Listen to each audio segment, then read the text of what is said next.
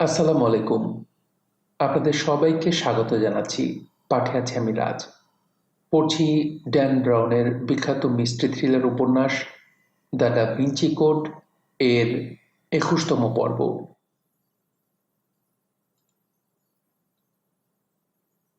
Bishop Manuel আরিঙ্গারোসার শরীরটা অনেক ধরনের যন্ত্রণাই সহ্য করেছে। তারপরও বুকে বুলেট বিদ্ধ হবার তীব্র উত্তাপটা তার কাছে একেবারেই অচেনা বলে মনে হলো। খুব গভীর আর যন্ত্রণার, শরীরের ক্ষত নয়, সেটা যেন হৃদয়ের খুব কাছেই। তিনি চোখ খুলে দেখার চেষ্টা করলেন, কিন্তু মুখের উপর বৃষ্টি পড়ছে বলে দৃষ্টিটা ঝাপসা হয়ে গেছে। আমি কোথায়? টের পেলেন একটা শক্ত হাত তার কাঁধে ধরে রেখেছে। তার শরীরটাকে এমনভাবে তুলে ধরেছে যেন একটা পুতুলকে কোলে করে রেখেছে। তার কালো আলখেল্লাটা এলোমেলো হয়ে গেছে। একটা দুর্বল হাত দিয়ে চোখটা মুছে চেয়ে দেখলেন সাইলাস তাকে ধরে রেখেছে।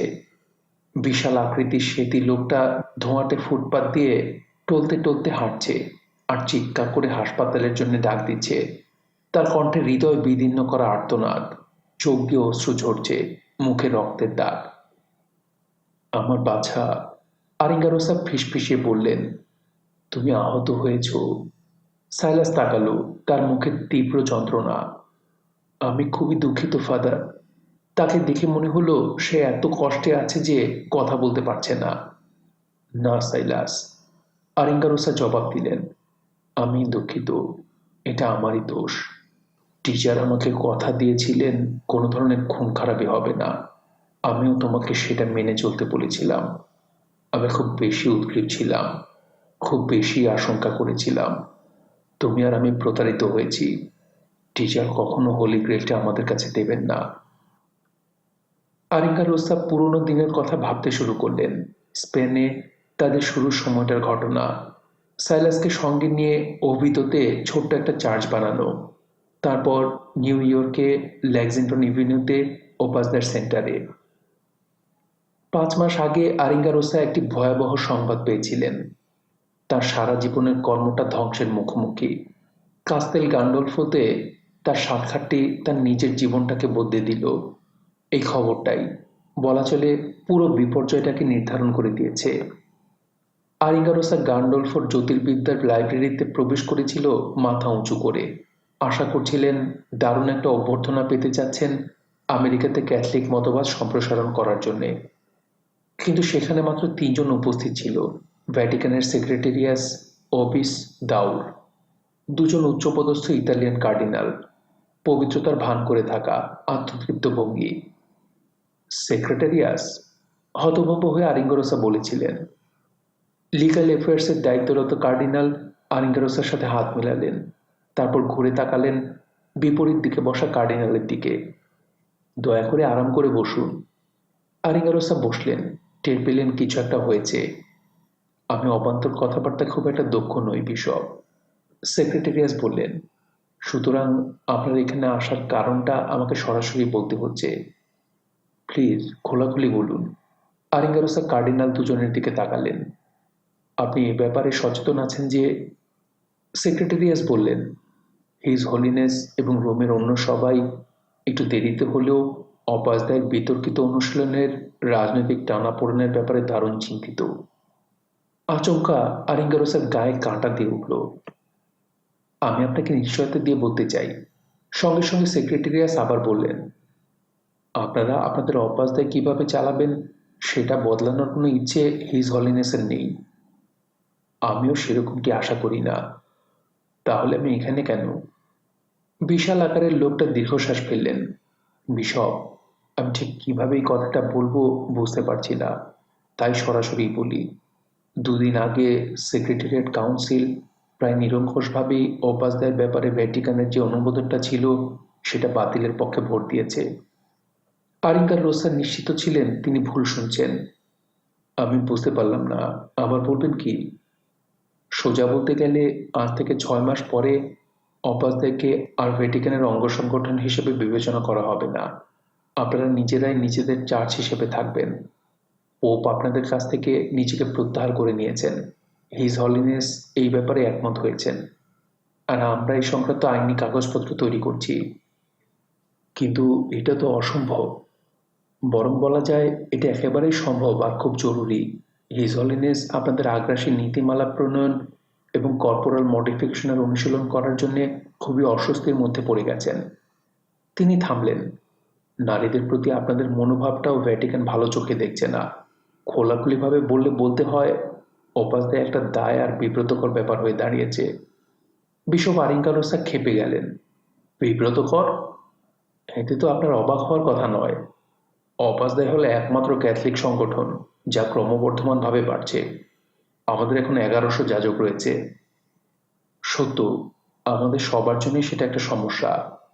আরিঙ্গারোসা বিদ্যুৎ গতিতে উঠে দাঁড়ালেন। হিজ হলিনেসকে জিজ্ঞাসা করুন, 1982 সালে ওপাসদায় যখন ভ্যাটিকানকে সাহায্য করেছিল সেটা কি বিব্রতকর ছিল? সেই জন্য ভ্যাটিকান চিরদিন কৃতজ্ঞ থাকবে। সেক্রেটারিয়াস বললেন, তার কণ্ঠটা শান্ত। আর অনেকেই এটাও বিশ্বাস করে যে 1982 সালের অর্থনৈতিক সাহায্যের জন্যই আপনাদেরকে ভ্যাটিকানের অঙ্গ সংগঠন হিসেবে স্বীকৃতি দেওয়ার একমাত্র কারণ। এটা সত্য নয়। কথাটার খোঁচা আরিঙ্গারোসাকে দারুণভাবে ক্ষিপ্ত করে তুলল। যাই হোক, আমরা ঠিক করেছি সৎ বিশ্বাসে কাজ করব। আমরা কয়েকটি পদক্ষেপ নেওয়ার খসড়াও করেছি, যার মধ্যে সেই টাকাটা ফেরত দেবার পরিকল্পনা রয়েছে। সেটা 5টি কিস্তিতে পরিশোধ করা হবে। আপনারা আমাকে কিনতে চাচ্ছেন? আরিঙ্গারোসা খুব জোরে বললেন। নীরবে চলে যাবার জন্য টাকা দিচ্ছেন যখন অপাসদায়ী হলে একমাত্র যৌক্তিক কণ্ঠ। একজন কার্ডিনাল চোখ তুলে তাকালেন। আমি দুঃখিত, আপনি কি বলছেন যৌক্তিক? আরিঙ্গারোসা টেবিলের সামনে ঝুঁকে কণ্ঠটা আরো তীক্ষ্ণ করলেন। ক্যাথলিকরা কেন চার্চ ছাড়ছে সেটা নিয়ে কি আপনারা সত্যি ভাবেন? আপনারা চারপাশে তাকিয়ে দেখুন কার্ডিনাল। লোকজন শ্রদ্ধাবোধ হারাচ্ছে, বিশ্বাসের দৃঢ়তা উধাও হয়ে গেছে। আমাদের মতবাদটা আজ যুদ্ধের মুখোমুখি। মিতাচার, স্বীকারোক্তি, কমিউনিয়ন, ব্যাপটিজম, মাস, যেটা আপনাকে আনন্দিত করবে সেটা বেছে নেন, আর বাকিগুলোর কথা ভুলে যান। কোন ধরনের আধ্যাত্মিক দিক নির্দেশনা চার্চ প্রস্তাবনা করছে? 3য় শতকের আইন কানুন। দ্বিতীয় কার্ডিনাল বললেন, আধুনিক খ্রিস্ট অনুসারীরা অনুসরণ করতে পারে না। আজকের সমাজে সেসব নিয়ম আর কাজ করছে না। তো সেগুলো তবে উপাসদের জন্যই কার্যকর এখনো। বিশপ আরিঙ্গারোসা, সেক্রেটারিয়াস বললেন, তার কণ্ঠে সমাপ্তির আভাস।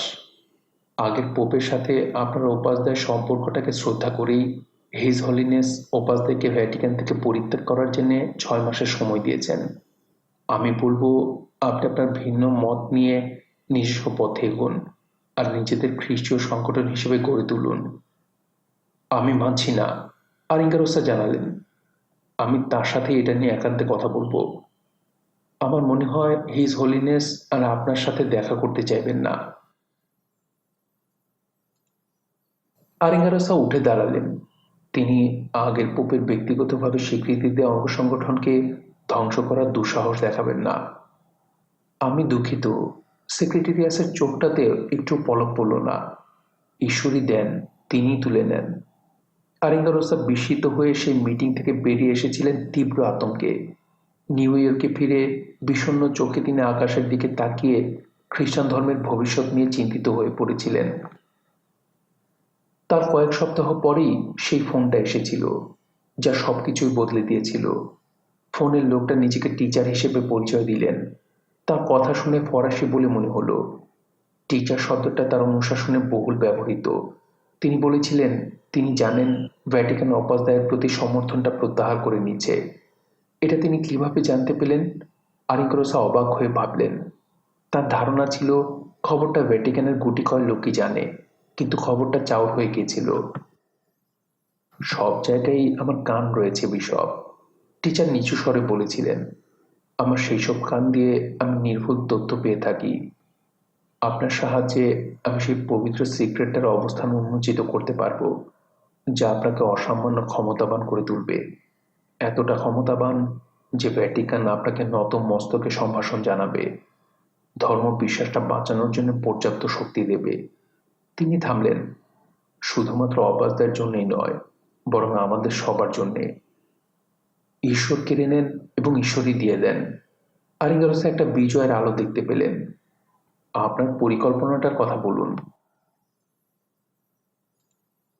সেন্ট ম্যারি হাসপাতালের দরজাটা যখন খোলা হলো তখনও বিশপ আরিঙ্গারোসা অচেতন ছিলেন। সাইলাস হুড়মুড় করে ঢুকে পড়ল। মাটিতে হাঁটু গেড়ে বসে সে সাহায্যের জন্য চিৎকার করতে শুরু করলো। রিসেপশনের সবাই অর্ধনগ্ন সেতী লোকটা আর তার কোলে রক্তাক্ত যাজককে দেখে দারুণ অবাক হলো। ডাক্তার এসেই আরিঙ্গারোসার নারী স্পন্দনটা পরীক্ষা করে দেখল। ওনার অনেক রক্তক্ষরণ হয়ে গেছে, আমি খুব একটা আশাবাদী নই। আরিঙ্গারোসা একটু একটু করে চোখ খুলে সাইলাসকে দেখলেন। আমার বাছা। সাইলাসের হৃদয়টা তীব্র যন্ত্রণার ক্ষোভে ফেটে পড়ল। ফাদার, যদি আমার সারা জীবনও লেগে যায়, তারপরও আমাদেরকে যে প্রতারিত করেছে তাকে আমি খুঁজে বের করব। আমি তাকে খুন করব। আরিঙ্গারোসা মাথা ঝাঁকালেন। তাকে স্ট্রেচারে করে নিয়ে যাচ্ছে দেখে ব্যথিত হলেন। সাইলাস, তুমি যদি আমার কাছ থেকে কিছু শিখে না থাকো, দয়া করে এটা শেখো। তিনি সাইলাসের একটা হাত সজোরে চেপে ধরলেন। ক্ষমা হলো ঈশ্বরের মহত্তম উপহার। কিন্তু ফাদার, আরিঙ্গারোসা চোখ বন্ধ করলেন। সাইলাস, প্রার্থনা করো। রবার্ট ল্যাংডন চ্যাপ্টার হাউসের গম্বুজের নিচে টিবিংয়ের অস্ত্রের মুখে দাঁড়িয়ে আছে। রবার্ট, আপনি কি আমার সাথে আছেন নাকি আমার বিরুদ্ধে? রয়্যাল হিস্টোরিয়ানের কথাটা ল্যাংডনের মনে নীরব প্রতিধ্বনি হতে লাগলো। ল্যাংডন জানত এ কথার কোনো জবাব নেই। হ্যাঁ বলা মানে সোফিকে বিকিয়ে দেয়া, আর নার অর্থ তাদের দুজনকেই হত্যা করা ছাড়া টিবিংয়ের আর কোনো পথ নেই। ল্যাংডন তার জীবনে কখনো অস্ত্রের সাথে লড়াই করা শেখেনি। কিভাবে এরকম পরিস্থিতিতে আচরণ করবে তাও জানে না। কিন্তু শ্রেণীকক্ষে সে শিখেছিল কিভাবে হেয়ালি করে উত্তর দিতে হয়। যখন কোনো প্রশ্নের সত্যিকারের উত্তর থাকে না, তখন একটা সৎ প্রতিক্রিয়ায় দেখানোর থাকে। হ্যাঁ বা নার মাঝখানে ধূসর এলাকাটি, নীরবতা। তার হাতে ধরা ক্রিপ্টেক্সটার দিকে তাকিয়ে ল্যাংডন ঠিক করলো সোজা ওখান থেকে চলে যাবে। সে তার চোখ না সরিয়ে পিছু হটতে লাগলো। সেখান থেকে বেরিয়ে একটা বিশাল খোলা জায়গায় এসে পড়ল, নিরপেক্ষ জায়গা। সে আশা করলো ক্রিপ্টেক্সটা নিয়ে এভাবে আসতে টিবিংকে একটা সংকেত দেওয়া গেছে, সহযোগিতা করার একটা শর্ত আছে। তার নীরব সংকেতটা বলে দিচ্ছে সে সোফিকে পরিত্যাগ করবে না। এই ফাঁকে চিন্তা করার সময় পাওয়া যাবে। কিন্তু ল্যাংডন আশঙ্কা করল চিন্তা করার কাজটা আসলে টিবিংয়েরই প্রত্যাশা। এই জন্য সেই ক্রিপ্টেক্সটা আমাকে দিয়ে দিয়েছে, যাতে আমি সিদ্ধান্তটার ভার অনুভব করতে পারি। ব্রিটিশ রয়্যাল হিস্টোরিয়ান জানেন ল্যাংডন তার একাডেমিক কৌতূহলে ক্রিপ্টেক্সটা খুলতে চাইবে, আর সেও জানে ক্রিপ্টেক্সটা না খোলার অর্থ হলো ইতিহাসটা হারিয়ে যাওয়া। ঘরের ভেতরে অস্ত্রের মুখে থাকা সোফিকে মুক্ত করার একটাই পথ, ক্রিপ্টেক্সটার পাসওয়ার্ড বের করা, যাতে সেটা দিয়ে টিবিংয়ের সাথে দর কষাকষি করা যায়। আমি যদি মানচিত্রটা মুক্ত করতে পারি, টিবিং তাহলে দর কষাকষি করবে। এই কঠিন কাজটা করার জন্যেই ল্যাংডন দূরের জানলার দিকে এগিয়ে যেতে লাগলো। নিউটনের সমাধির অসংখ্য জ্যোতির্বিদ্যা সংক্রান্ত ছবিগুলো নিয়ে ভাবতে শুরু করলো সে। যে গোলক তুমি খোঁজো সেটা তার সমাধিতেই থাকার কথা। এটা বিবৃত করে গোলাপি শরীর আর বীজপ্রসূ গর্ভের আখ্যান। ল্যাংডন টাওয়ারিং জানলার কাছে গেল। সেখানকার স্টেইন গ্লাসের মোজাইকে অনুপ্রেরণামূলক কোনো কিছু আছে কিনা দেখতে। সেখানে কিছুই নেই। নিজেকে সনির চিন্তাভাবনায় স্থাপন করো, সে নিজেকে বলল। এবার কলেজ গার্ডেনের দিকে তাকালো। নিউটনের সমাধির গোলকটার ব্যাপারে তিনি কি ভাবতেন? যেটা সেখানে থাকার কথা ছিল। তারা, ধূমকেতু আর গ্রহ নক্ষত্রের চিত্রসমূহ বৃষ্টি পড়ার মতো টুপুর টাপুর করছে। কিন্তু ল্যান্ডন সেগুলো এড়িয়ে গেল। সনি তো আর বিজ্ঞানের লোক ছিলেন না, তিনি ছিলেন মানবিকতা, শিল্পকলা আর ইতিহাসের একজন মানুষ। পবিত্র নারী, চ্যালিস, গোলাপ, নিষিদ্ধ ম্যারি ম্যাগদালিন, দেবীদের বিলুপ্তি, হোলি গ্রেইল। কিংবদন্তি সময়ই গ্রেইলকে ছলনাময়ী রক্ষিতা হিসেবে চিত্রিত করেছে। অন্ধকারে নাচছে, দৃষ্টির আড়ালে। তোমার কানে কানে কথা বলছে, তোমার দিকে এক পা এগিয়েই উধাও হয়ে যাচ্ছে কুয়াশায়। কলেজ গার্ডেনের বন্য গাছগুলোর দিকে তাকিয়ে ল্যাংডন টের পেল হাস্যকর উপস্থিতিটা। চিহ্নগুলো সবখানেই আছে, কুয়াশার ভেতর থেকে বেরিয়ে আসা দৃশ্যের মতো। ব্রিটেনের সবচাইতে পুরনো আপেল গাছের ডালপালাগুলো 5 পাপড়ির পাতায় ফুটছে। সবগুলোই ভেনাসের মতো জ্বলজ্বল করছে। দেবীটা এখন বাগানে, সে বৃষ্টিতে নাচছে, কালের সঙ্গীত গাইছে। ঘর থেকে স্যার লেই টিবিং খুব আত্মবিশ্বাস নিয়েই দেখতে লাগলেন ল্যাংডন জানলার দিকে তাকাচ্ছে মন্ত্রমুগ্ধের মতো, ঠিক যেমনটি আমি আশা করেছিলাম। টিবিং ভাবলেন সে আসবেই। কিছুক্ষণ আগেও টিবিং আশঙ্কা করেছিলেন ল্যাংডনের কাছে হয়তো গ্রেইলের চাবিটা রয়েছে, কিন্তু যে রাতে সনিয়ার সাথে সাক্ষাৎ করবে সে রাতেই টিবিং পরিকল্পনা করেছিলেন সেটা কোনো কাকতালীয় ঘটনা ছিল না। কিউরেটরের কথা আড়ি পেতে শুনে টিবিং নিশ্চিত ছিলেন যে ল্যাংডনের সাথে দেখা করবার জন্যে সনিয়ার ব্যগ্রতার একটা অর্থই রয়েছে। ল্যাংডনের রহস্যময় পাণ্ডুলিপিটাতে প্রায়োরিতের নারীর খবর স্পর্শ করা হয়েছে। ল্যাংডন সত্যটা ধরতে পেরেছে, আর সনিয়া সেটা প্রকাশ হবার জন্য ভীত ছিলেন। টিবিং একদম নিশ্চিত ছিলেন গ্র্যান্ডমাস্টার ল্যাংডনকে চুপ করার জন্য ডেকে আনতে চেয়েছিলেন। সত্যটা অনেকদিন ধরেই বোবা হয়ে আছে, আর নয়। টিবিং জানতেন তাকে খুব দ্রুতই কাজ করতে হবে। সাইলাসের আক্রমণে দুটো লক্ষ্য পূরণ হলো। এতে করে সনিয়া ল্যাংডনকে নীরব থাকতে বলার অনুরোধটা আটকানো গেল, এবং আরও নিশ্চয়তা পাওয়া গেল যে একসময় খিস্টনটা টিবিংয়ের হাতেই আসবে। সেই সাথে ল্যাংডনকেও কোডটা উদ্ধারের কাজে লাগানো যাবে। সনিয়া আর সাইলাসের দুর্ভাগ্যজনক সাক্ষাতের ব্যবস্থা করাটা খুব সহজ কাজ ছিল। আমার কাছে সনিয়ার গভীর ভীতিটার খবর ছিল। গতকাল দুপুরে সাইলাস কিউরেটরকে ফোন করে নিজেকে একজন খ্যাপা পাদ্রী হিসেবে তুলে ধরে। মশে সনিয়ে, আমাকে ক্ষমা করবেন, আমাকে এক্ষুনি আপনার সাথে কথা বলতে হবে। আমি কখনো কনফেশনের কথা চাওয়া করিনি, কিন্তু এবার আমাকে বোধহয় সেটা করতেই হবে। আমি এক লোকের কনফিউশন নিয়েছি। সে দাবি করেছে সে আপনার পরিবারকে খুন করেছে। সনিয়ার প্রতিক্রিয়াটা ছিল খুবই ঘাবড়ে যাওয়ার মতো। আমার পরিবার সড়ক দুর্ঘটনায় মারা গেছে, পুলিশের চূড়ান্ত রিপোর্টেও তা বলা হয়েছে। হ্যাঁ, একটা গাড়ি দুর্ঘটনা, সাইলাস বলেছিল। যে লোকটার সাথে আমি কথা বলেছি সে বলেছে সে তাদের গাড়িটাকে জোর করে রাস্তা থেকে ছিটকে ফেলে দিয়েছিল একটা নদীতে। সনিয়া চুপ হয়ে গিয়েছিলেন। মশে সনিয়ে, লোকটা যদি আমার কাছে এমন কিছু না বলতো যাতে আপনার জীবনটাও ঝুঁকিপূর্ণ হয়ে যায়, তবে হয়তো আমি আপনার কাছে সরাসরি ফোনই করতাম না। সে একটু থেমেছিল। সেই লোকটা আপনার নাতনি সোফির কথা বলেছে। সোফির নামটা উল্লেখ করাটা ছিল চাতুর্যপূর্ণ। কিউরেটর এবার নড়ে চড়ে বসলেন। তিনি সাইলাসকে অতি দ্রুত তার সাথে দেখা করতে বললেন, তার সবচেয়ে নিরাপদ জায়গায়, লুভর অফিসে। তারপর তিনি সোফিকে বিপদটার কথা জানিয়ে ফোন করেন। রবার্ট ল্যাংডনের সাথে সাক্ষাৎকারটি সঙ্গে সঙ্গে বাতিল হয়ে যায়। এখন ল্যাংডনের কাছ থেকে সোফিকে আলাদা করতে পেরে টিপিং আঁচ করলেন তিনি দুজনকে বেশ সফলতার সঙ্গে বিচ্ছিন্ন করতে পেরেছেন। ল্যাংডন পাসওয়ার্ডটা খুঁজে বের করছে। সে বুঝতে পেরেছে গ্রিলটা খুঁজে পাওয়া আর সোফিকে বন্দিত্ব থেকে মুক্ত করার গুরুত্বটা। সে ওটা আপনার জন্য খুলবে না, সোফি শীতল কণ্ঠে বলল। যদি সে পাসওয়ার্ডটা খুঁজে পায় তবুও না। কিন্তু ল্যাংডন ঠিকই বুঝতে পেরেছিল টিপিং গ্রেইলের জন্য সব কিছুই করতে পারে, যে কারোর চেয়ে গ্রেইলটা তার কাছে অনেক বড়। ঠিক এই সময়ই ল্যাংডন জানলার কাছে চলে এলো। সমাধিটা, হঠাৎ করে সে বলল। তার চোখে একটা আশার আলো যেন জ্বলজ্বল করছে। আমি জানি নিউটনের সমাধির কোথায় সেটা খুঁজতে হবে।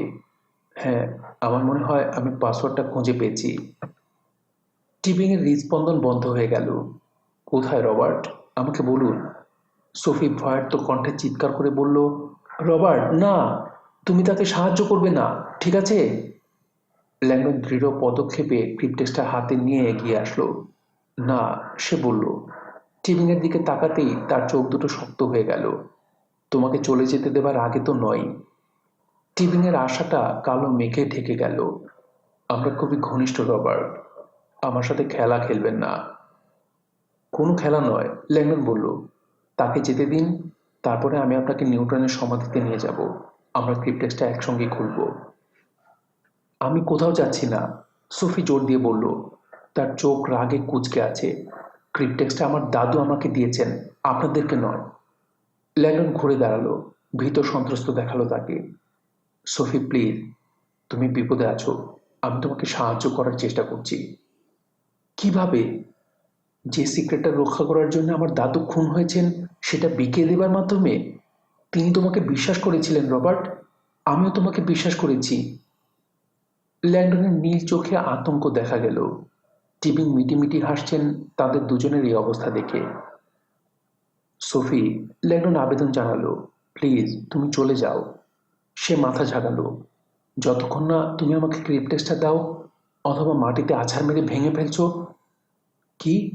ল্যাংডন আটকে উঠল।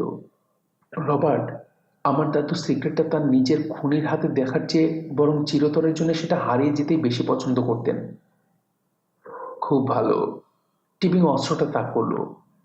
না! ল্যাংডন চিৎকার করে বলল। ক্রিপ্টেক্সটা উপরে তুলে ধরে মাটিতে ছুঁড়ে ফেলে দিতে উদ্যত হলো। লেই, আপনি যদি এরকম কিছু ভেবেও থাকেন আমি এটা ফেলে দেব।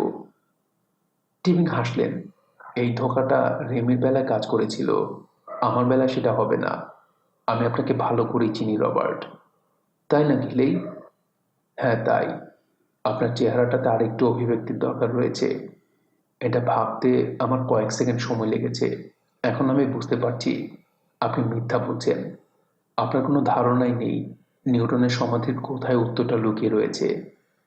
সত্যি রবার্ট, আপনি জানেন সমাধিটা কোথায়? সমাধির কোথায় সেটা? জানি।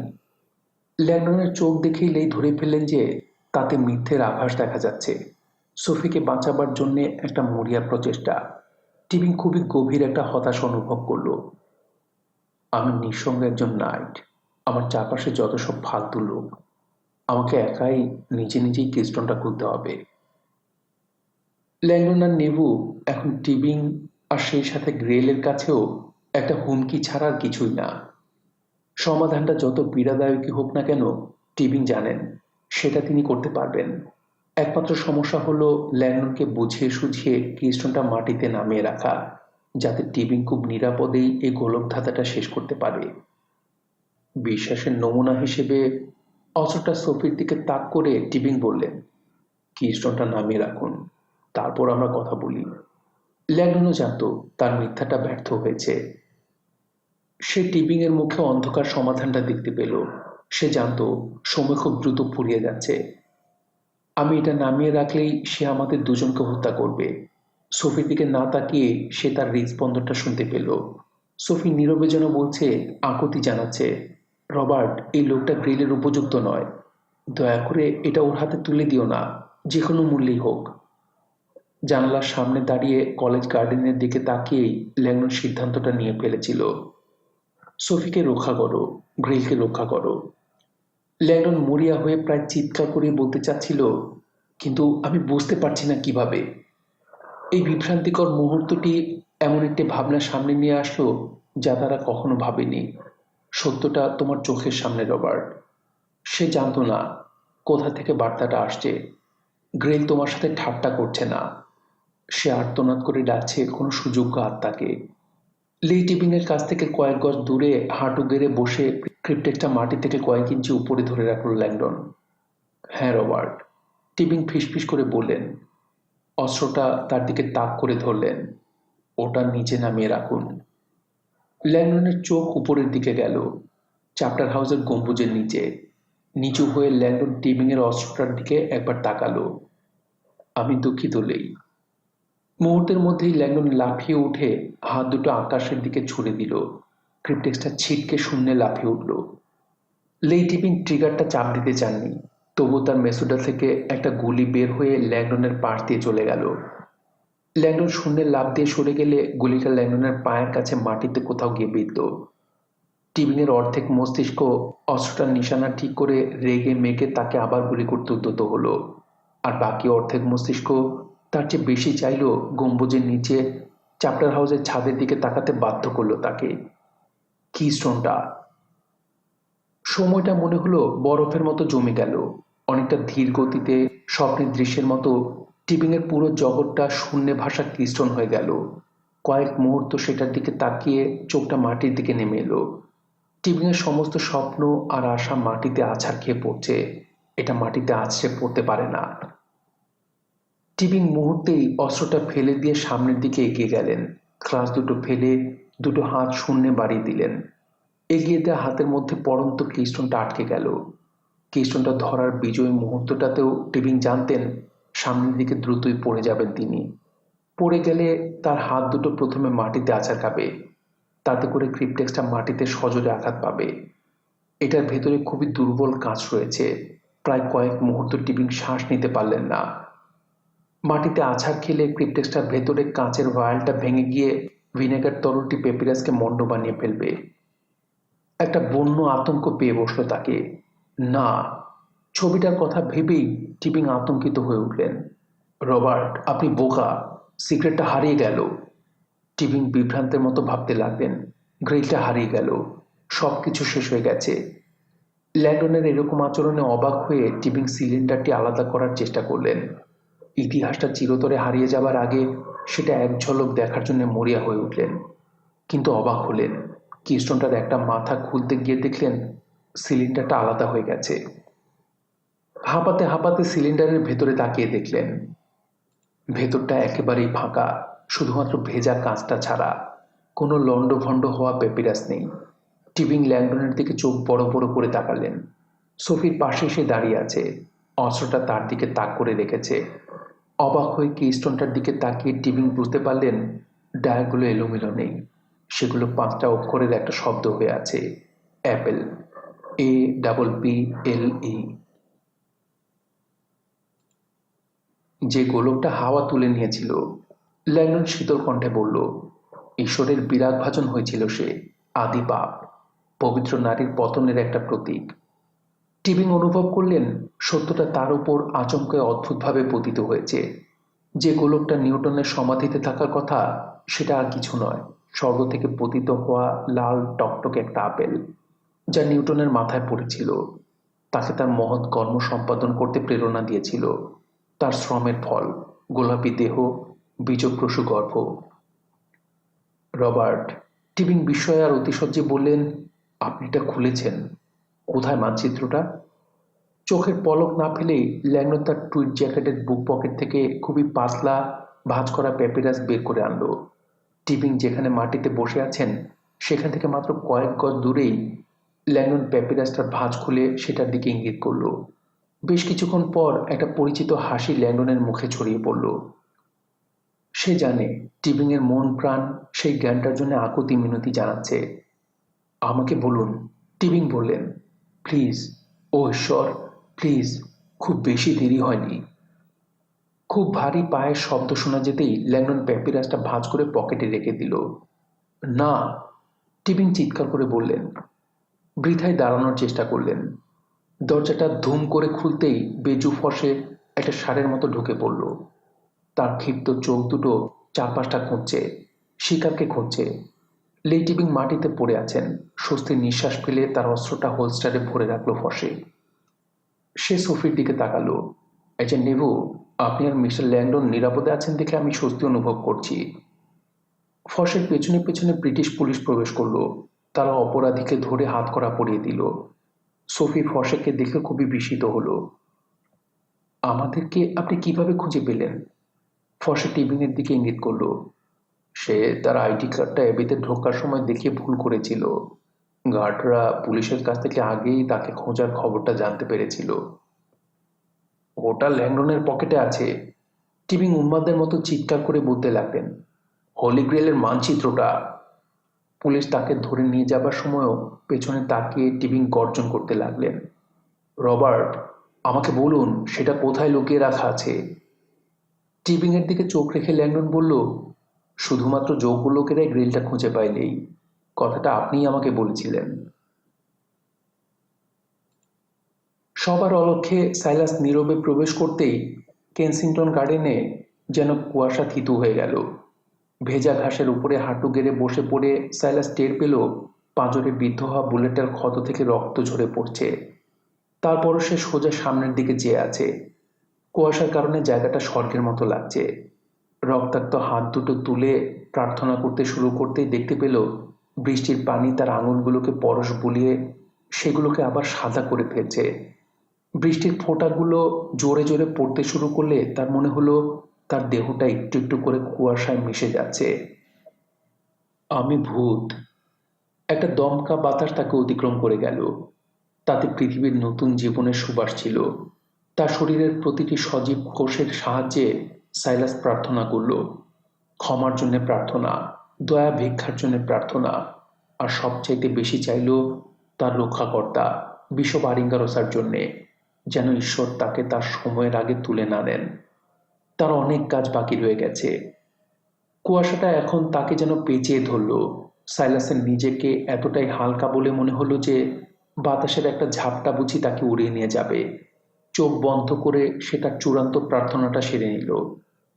কুয়াশার কোথাও থেকে আরিঙ্গারোসার কণ্ঠটা তাকে ফিসফিস করে বললেন, আমাদের ঈশ্বর খুবই ভালো এবং ক্ষমাশীল। অবশেষে সাইলাসের যন্ত্রণাটা কমতে শুরু করলো, আর সে জানত বিশপ ঠিকই বলেছেন। শেষ বিকেলে লন্ডনে সূর্যের মুখ দেখা গেলে শহরটা শুকাতে শুরু করলো। জিজ্ঞাসাবাদ করার ঘর থেকে বাইরে বেরিয়ে বেজুফসে খুব ক্লান্ত লাগছে। হাত নেড়ে একটা ট্যাক্সি থামালো। স্যার লি টিবিং খুব বাক চাতুর্যের সাথে নিজেকে নির্দোষ হিসেবে দাবি করছেন। অবশ্যই ফসে ভাবল, উন্মাদ। টিবিং নিখুঁতভাবেই নিজেকে প্রদর্শন করেছেন একটা পরিকল্পনার্থে, যাতে মনে হয় তিনি নির্দোষ। ভ্যাটিকান আর অপাসদায় দুটোকেই ব্যবহার করেছেন তিনি। এই দুটো দলই আসলে নির্দোষ বলে প্রতীয়মান হয়েছে। তার নোংরা কাজগুলো না জেনেই ধর্মান্ধ এক সন্ন্যাসী আর একজন বেপরোয়া বিশপ জড়িয়ে পড়েছিল। তার চেয়েও বেশি চালাকি করে টিবিং তার ইলেকট্রনিক আড়িপাতার যন্ত্রগুলো এমন এক জায়গায় স্থাপন করেছিলেন যেখানে পোলিওতে পুঙ্গ হওয়া ব্যক্তির পক্ষে পৌঁছানো সম্ভব নয়। আসলে তার হয়ে তার কাজের লোক রেমি নজরদারি করত, একমাত্র ব্যক্তি যে টিবিংয়ের পরিচয়টা জানত। এখন সেও অ্যালার্জির প্রতিক্রিয়ায় মারা গেছে। সেতু ভিলে থেকে কোলেতে পাঠানো খবরগুলো শুনে মনে হচ্ছিল টিবিংয়ের ধূর্ততা এতটাই চমৎকারভাবে চলেছে যে ফসের নিজেরও এটা থেকে শেখার অনেক কিছুই আছে। খুব সফলভাবেই প্যারিসের সবচেয়ে শক্তিশালী অফিসে আড়িপাতার যন্ত্র বসানোর মধ্য দিয়ে ব্রিটিশ রয়্যাল হিস্টোরিয়ান গ্রিক হিসেবে আবির্ভূত হয়েছিলেন। ট্রোজান ঘোড়া। তার কয়েকজন শিকারকে খুব চমৎকার শিল্পকর্ম উপহার দিয়েছিলেন তিনি। বাকিদেরকে নিলামে কিছু জিনিস পাইয়ে দিয়ে তাতে নির্দিষ্ট কোনো জায়গায় যন্ত্রগুলো বসিয়ে দিয়েছিলেন। সনির বেলায় তাকে শ্যাতোভিলে একটা ডিনার পার্টির দাওয়াত দিয়ে সেখানে নিয়ে যাওয়া হয়েছিল লুভরে দা ভিঞ্চির একটা উইং নির্মাণের সম্ভাব্য তহবিলের ব্যাপারে তার সঙ্গে আলোচনা করবেন বলে। সনিকে সঙ্গে করে একটা রোবোটিক নাইট মূর্তি নিয়ে গিয়েছিলেন, কেননা গুজব ছিল জিনিসটা তিনিই তৈরি করেছেন। সেটা ডিনারের সময় নিয়ে আসুন, টিবিং অনুরোধ করে বলেছিলেন। সনিয়া তাই ওটা সঙ্গে করেই নিয়ে গিয়েছিলেন, আর নাইট মূর্তিটা দীর্ঘ সময়ের জন্য রেমির কাছে ছিল। সেই সময়ই সনির অগোচরে মূর্তিটার ভেতরে আড়িপাতার যন্ত্রটা বসিয়ে দেওয়া হয়েছিল। রেমি করেছিল কাজটা। ক্যাবের পেছনের সিটে বসে ফসের চোখ দুটো বন্ধ করলো। প্যারিসে ফিরে যাবার আগে আরেকটা জায়গায় আমাকে যেতে হবে। সেন্ট মেরি হাসপাতালের রিকভারি রুমটা খুবই রৌদ্রোজ্জ্বল। আপনি আমাদের সবাইকে অবাক করে দিয়েছেন, নার্স বলল, তার দিকে তাকিয়ে হাসল। অলৌকিকের চেয়ে কোনো অংশে কম নয়। বিশপ আরিঙ্গারোসা একটা দুর্বল হাসি দিলেন। আমি সবসময় আশীর্বাদ পেয়েছি। নার্স তার কাজ শেষ করে বিশপকে একা রেখে চলে গেল। সূর্যের আলোটা তার চেহারায় উষ্ণতা এবং অভ্যর্থনার অনুভূতি সৃষ্টি করল। গত রাতটি ছিল তার জীবনের সবচেয়ে অন্ধকারময় রাত। উদ্বিগ্ন হয়ে তিনি সাইলাসের কথা ভাবলেন, যার দেহটা পার্কে খুঁজে পাওয়া গেছে। দয়া করে বাছা আমার, ক্ষমা করে দিও। আরিঙ্গারোসা তার গৌরবোজ্জ্বল পরিকল্পনার চূড়ান্ত মুহূর্তটিতে সাইলাসের সাথে মিলিত হবার জন্য উৎকৃত ছিলেন। গত রাতে আরিঙ্গারোসা বেজুফসের কাছ থেকে একটা ফোন পেলেন। সে বিশপকে তার পরিচিত একজন নান সেন্ট সালপিটকে খুন করার ব্যাপারে তাকে জিজ্ঞাসাবাদ করেছিল। আরিঙ্গারোসা বুঝতে পেরেছিলেন সবকিছু মারাত্মক রকমের গড়বড় হয়ে গেছে। আরও 4 জনের হত্যার খবরটা তার ভীতিকে প্রচণ্ড যন্ত্রণায় পরিণত করে তুলল। সাইলাস, তুমি করেছো কি? টিচারের সাথে যোগাযোগ করতে না পেরে বিশপ বুঝে গিয়েছিলেন তাকে ঝেড়ে ফেলা হয়েছে, ব্যবহার করে ফেলে দেওয়া হয়েছে। এইসব বীভৎস ঘটনার ধারাবাহিকতা বন্ধ করার জন্য তিনি ফসের কাছে সব খুলে বলেছিলেন। আর তখন থেকেই আরিঙ্গারোসার ফসে সাইলাসকে দিয়ে টিচার আর কোনো খুন খারাপি করার আগেই তাকে ধরার জন্য উঠে পড়ে লেগে যায়। খুবই উদ্বিগ্ন হয়ে আরিঙ্গারোসার চোখ বন্ধ করে টেলিভিশন সংবাদে প্রখ্যাত ব্রিটিশ নাইট স্যার লি টিবিংয়ের পুলিশ কর্তৃক গ্রেপ্তার হওয়ার খবরটা শুনতে লাগলেন। টিচার সবার কাছে উন্মুক্ত হয়ে গেছেন। টিচার আগে ভাগেই জানতে পেরেছিলেন যে ভ্যাটিকান অপাসদাকে পরিত্যাগ করছে। তিনি আরিঙ্গারোসাকে তার পরিকল্পনার একটি খুঁটি হিসেবে ব্যবহার করেছিলেন। হাজার হোক, আমার মতো সব কিছুই উজাড় করে আর কে গ্রিলের জন্য ঝুঁকি নেবে? যে গ্রিলটা অধিকার করবে সেই অপরিমেয় ক্ষমতার অধিকারী হবে। লেই টিবিং নিজের পরিচয়টা খুবই চাতুর্যের সাথে রক্ষা করেছেন।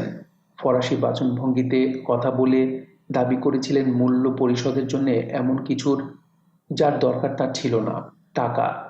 আরিঙ্গারোসা এতটাই উদগ্রীব ছিলেন যে সন্দেহই করেননি 20 মিলিয়ন ইউরো ডলারের মূল্যটা গ্রেইল অর্জনের সাথে তুলনা করলে তেমন বিশাল কিছু না। আর ভ্যাটিকান থেকে অপাতায় আলাদা হবার জন্য ফেরত দেওয়া বিশাল অঙ্কের টাকা ব্যাপারটাকে একেবারে সহজসাধ্য করে ফেলল। অন্ধ তাই দেখে যা সে দেখতে চায়। টিবিংয়ের অনিবার্য অসম্মানটা ছিল অবশ্যই পেমেন্টটা ভ্যাটিকানের বন্ডের মাধ্যমে দাবি করাটা, যাতে কোনো কিছু গরমিল হলে তদন্ত কাজটি রোম পর্যন্ত চলে যায়। আমি খুব খুশি যে আপনি ভালো আছেন, মাই লর্ড। আলিঙ্গারোসা দরজার সামনে থেকে বলা গুরুগম্ভীর কণ্ঠটা চিনতে পারলেন, কিন্তু মুখটা ছিল অপ্রত্যাশিত।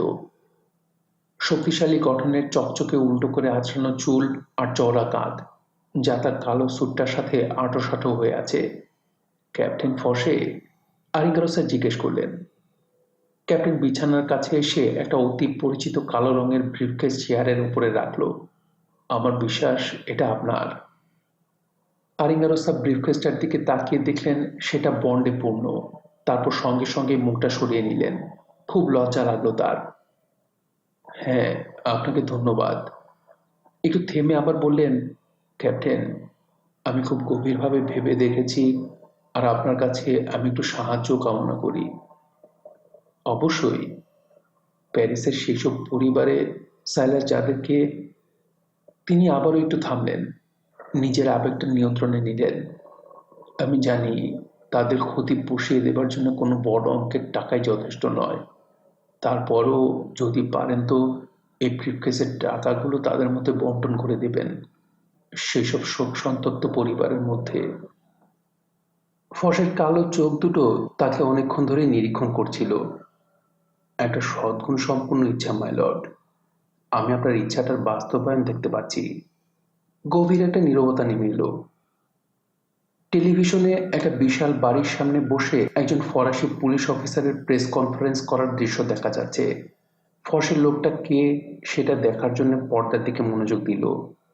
লেফটেন্যান্ট কোলেদ, বিবিসির একজন সংবাদদাতা বলল, মেয়েটার কণ্ঠ অভিযোগকারীর মতো। গতরাতে আপনার ক্যাপ্টেন দুজন নিরপরাধ লোককে জনসম্মুখে হত্যার জন্য অভিযুক্ত করেছিলেন। রবার্ট ল্যাংডন আর সোফি নেভো কি আপনার ডিপার্টমেন্টের কাছে এই জন্য দোষী ব্যক্তির বিচার চেয়েছেন? এতে করে কি ক্যাপ্টেন ফসে তার চাকরিটা হারাবেন? লেফটেন্যান্ট কোলেদের হাসিটা ক্লান্ত কিন্তু শীতল। আমার অভিজ্ঞতা বলে যে ক্যাপ্টেন বেজু ফসে খুব একটা ভুল করেন না। এ ব্যাপারে আমি তার সাথে এখনো কোনো কথা বলিনি, কিন্তু তিনি কিভাবে কাজ করেন সেটা জানি বলেই বলছি। আমার মনে হচ্ছে জনসম্মুখে তিনি সোফি নেভু আর মিস্টার ল্যাংডনকে অভিযুক্ত করে আসলে সত্যিকারের খুনিকে ধরার জন্য প্রলুব্ধ করেছেন। সংবাদদাতারা একে অন্যের দিকে অবাক হয়ে তাকালো। কোলেদ বলতে লাগলো, মিস্টার ল্যাংডন আর মিস নেভু এই নাটকে ইচ্ছাকৃতভাবে জড়িয়েছেন কিনা সেটা অবশ্য আমরা জানি না। ক্যাপ্টেন ফসে তার পদ্ধতিগুলো কাউকে বলেন না। আমি যা বলতে পারি তা হলো ক্যাপ্টেন খুব সফলভাবেই আসল খুনিকে ধরতে সক্ষম হয়েছেন। আর কি, ল্যাংডন আর মিস নেভু নিরাপদেই আছেন। ফসের ঠোঁটে পাতলা একটা হাসি। সে আরিঙ্গারোসার দিকে ঘুরল। একজন ভালো মানুষ এই কোলেদটা। কয়েক মুহূর্ত পার হয়ে গেল। অবশেষে ফসে তার মাথায় আঙুল চালিয়ে চুলগুলো পেছন দিকে টেনে নিয়ে আরিঙ্গারোসার দিকে তাকালো। মাই লর্ড, প্যারিসে ফিরে যাবার আগে আমি একটা বিষয় আপনার সাথে একটু আলোচনা করতে চাই। আপনার লন্ডনের অনির্ধারিত ফ্লাইটটা, আপনি পাইলটকে গন্তব্য বদলানোর জন্য ঘুষ দিয়েছিলেন। এটা করে আপনি একটি আন্তর্জাতিক আইন ভঙ্গ করেছেন। আরিঙ্গারোসা অবাক হয়ে তাকিয়ে রইলেন। আমি খুবই মরিয়া ছিলাম। হ্যাঁ, ঠিক যেমনটি পাইলট ছিল। আমার লোকজন তাকে জিজ্ঞাসাবাদ করেছে। ফসে তার পকেট থেকে একটা সুন্দর পাথরের আংটি বের করলো। আরিঙ্গারোসা আংটিটা ফিরে পেয়ে নিজের আঙুলে ওটা পরার সময় কেঁদে ফেললেন। আপনি খুবই দয়ালু। তিনি ফসের হাতটা নিজের হাতে তুলে নিলেন।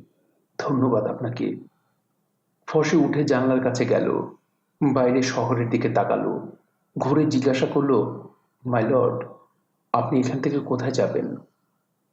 আমার আশঙ্কা আমার পথটা আপনার পথের মতোই অনিশ্চিত। হ্যাঁ, ফসে থামল। আমার মনে হচ্ছে আমাকে একটু আগে ভাগে অবসরে যেতে হবে। আরিঙ্গারোসা হাসলেন।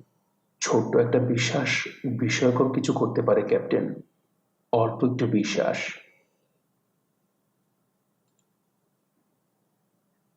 শুনছিলেন ড্যান ব্রাউনের বিখ্যাত উপন্যাস দ্য ডা ভিঞ্চি কোড এর ২১তম পর্ব। উপন্যাসটি আপনাদের কাছে কেমন লাগছে তা আপনারা কমেন্ট করে আমাদেরকে জানাতে পারেন। ভালো লাগলে লাইক করুন, শেয়ার করুন। সবাই ভালো থাকবেন, সুস্থ থাকবেন এবং গল্পতরুর সঙ্গেই থাকবেন। ধন্যবাদ।